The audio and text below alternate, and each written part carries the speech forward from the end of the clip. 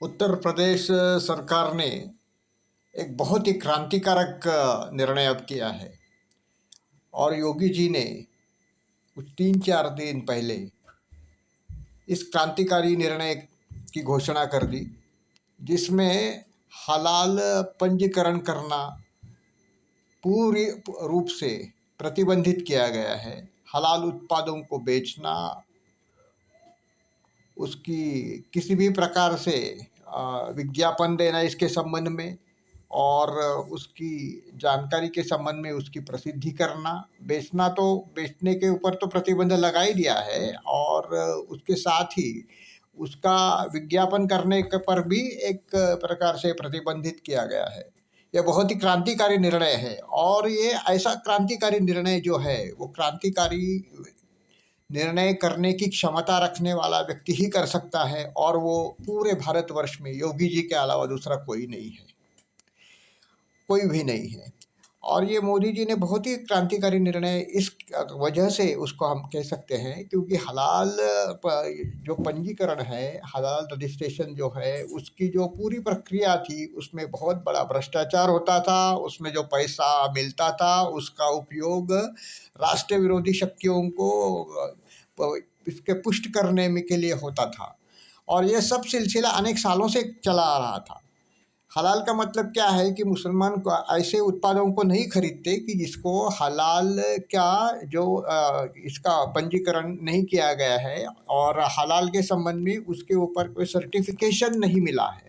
तो अगर एक कोई उत्पाद है, अगर उदाहरण के लिए आप देख सकते हैं कि शहद है, कि शहद के ऊपर अगर नहीं लिखा है कि हलाल सर्टिफाइड है, तो वो नहीं खरीदते थे। ऐसी उनकी धार्मिक मान्यता है, और उनकी धार्मिक मान्यता को पुष्ट करने के लिए भारत सरकार ने अनेक सालों से ये चक्र चलाया था कि हलाल के उत्पादों को प्रमाणित करने के लिए उसका एक पंजीकरण करके उसका एक निर्धारण करने के लिए इसी तरह की एक यंत्रणा सरकार ने स्थापित नहीं की थी।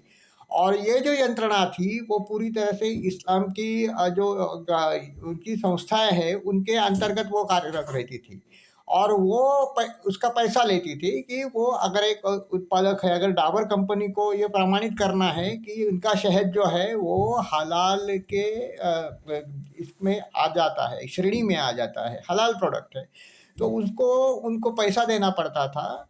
और ये पैसा बहुत करोड़ों रुपए में आ जाता था, और इस करोड़ों रुपए का जो उसमें कोई प्रोसीजर नहीं था, उसके कोई नीति नियम नहीं थे, उसके कोई कामकाज नहीं था, उसके ऊपर कोई प्रशासन का कोई भी नियंत्रण नहीं था, और ऐसा सब अनियंत्रित तरह से ये सब सिलसिला चला रहा था। तो उसको योगी जी ने रुकवा दिया है। और ये एक प्रकार से सभी हिंदुओं के ऊपर तो बहुत बड़ा अभिशाप की तरह से बन गया था अनेक सालों से, क्योंकि उनको ये खरीदने की नौबत ही क्यों आई। हलाल का उत्पादन, इसका ये तो कोई इस्लामी देश नहीं है या शरिया के ऊपर चलने वाला देश नहीं है कि उसके कानून का हम पालन करें, या उनके जो अनुसार जो तत्व जो उनको रहते हैं खरीदी करने के लिए, जो उन्होंने ये पसंद किए हैं, कुछ नीति नियम बनाए हैं, उसके अनुसार उत्पादों को भी अपने आप को ढालना पड़ेगा।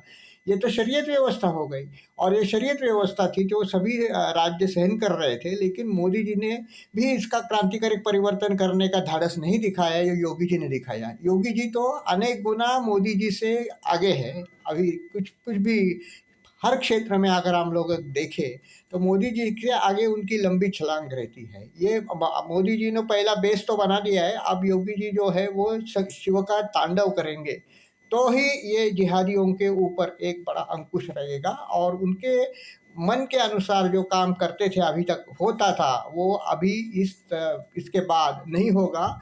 और ये शरीयत के अनुसार जो अपना शासन भारत देश में चल रहा है वो बंद होगा, और एक लोकतंत्र के कानून के अनुसार इस देश को चलाना ही पड़ेगा।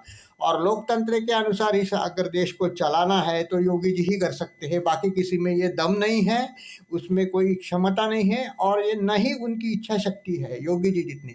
अगर इच्छा शक्ति दिखाए तो कोई भी कर सकता है। आप देख सकते हैं कि पिछले 7 सालों में उत्तर प्रदेश में को एक नरक से स्वर्ग बनाने का उनका जो प्रयास चल रहा है, और स्वर्ग लगभग बन जाएगा उत्तर प्रदेश में। उत्तर प्रदेश में कोई कल्पना ही नहीं कर सकता था कि इसमें के जातिवाद जो है वो समाप्त हो जाएगा, उसमें भ्रष्टाचार कम हो जाएगा, और जो गुंडा राज्य है उसको पूरी तरह से रोका जाएगा। परंतु योगी जी ने ये चमत्कार करके दिखाया है। तो अभी सारे लोगों की भी यही मान्यता हो रही है कि अगर कुछ चमत्कार हो जाए और 2024 में ही योगी जी प्रधानमंत्री बने तो बहुत बहुत क्रांतिकारी परिवर्तन इस देश में और पूरे विश्व में आ जाएगा। विश्व का इतिहास और भूगोल भी बदल जाएगा अगर योगी जी 2024 में देश के प्रधानमंत्री बनेंगे तो।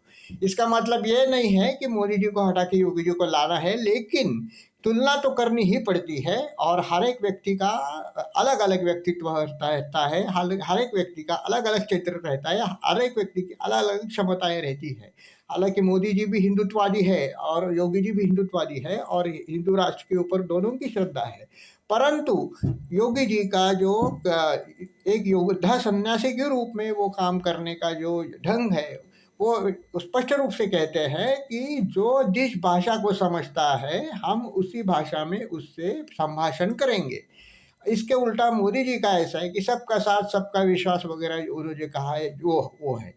तो वो एक तो अभी सिद्ध हो गया है, इसराइल का जो आप उदाहरण देख रहे हैं, उन्होंने सब सहूलियतें दी हमास को और बाकी फलस्तीनियों को, लेकिन उन्होंने विकास की जगह विनाश के एक संसाधन बनाए थे। कहाँ कितने आप देख रहे हैं कि रोज रोज मिल रहे हैं, कितने कितने बड़े बड़े उन्होंने ये टनल्स बनाए हैं, सुरंग बनाए हैं और उसमें विनाशी साधन बनाए हैं। यानी कि इसराइल चाहता था अपने साथ भी उनका भी विकास हो, सबका साथ सबका विकास ये इसराइल भी चाहता था। इसराइल के पहले प्रधानमंत्री जो शेरॉन नाम के थे, वो भी मोदी जी की तरह ही बोलते थे कि सबका साथ सबका विश्वास, और उनका विकास करने के लिए उन्होंने उनको बहुत सारी सहूलियतें दी और गाजा में एक विकास युग प्रारंभ किया था। परंतु इन जिहादियों ने इस विकास को नष्ट कर दिया। पानी की पाइपलाइंस जो थी उसमें से रॉकेट बना दिए, इतने इतने घोर विनाशी साधन उन्होंने बना दिए और इन घोर विनाशी साधनों को बनाने के पश्चात इसराइल के ऊपर अत्यंत पाशवी हमला किया।